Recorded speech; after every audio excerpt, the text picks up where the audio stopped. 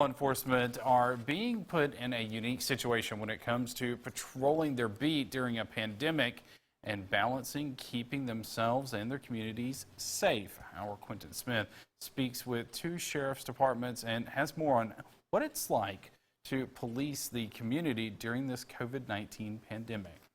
To protect and serve, those are the duties given to law enforcement officers. But Clay County Sheriff Eddie Scott says COVID-19 is making those responsibilities become challenging. The officers are putting themselves at risk because the individual you're dealing with, you have no idea where they could be positive, could even have a stomach bug or a flu. We don't know. All we know is that, we've got a job to do and we've got to do it. Scott says following CDC guidelines can be tough because their job requires them to be hands-on.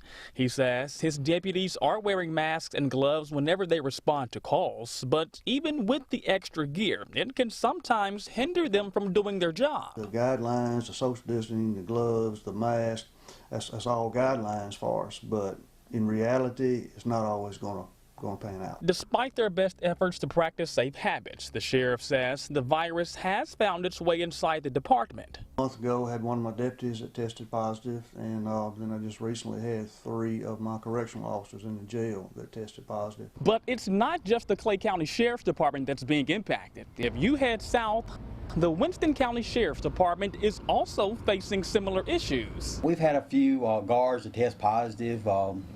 They had to quarantine and be tested and all, and then we had some inmates. Winston County Chief Deputy Keith Alexander says the pandemic is now forcing them to switch up the way they respond once they arrive on scene. We had to go in a house, wear your mask and gloves.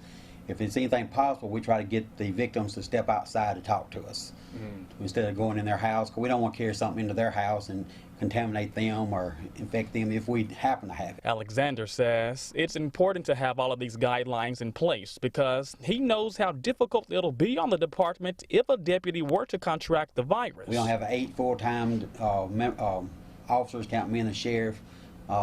It does put a big burden on us. If someone gets sick and all, if it wasn't for our part-time help and our reserves, it'd be tough to handle it, but we would handle it.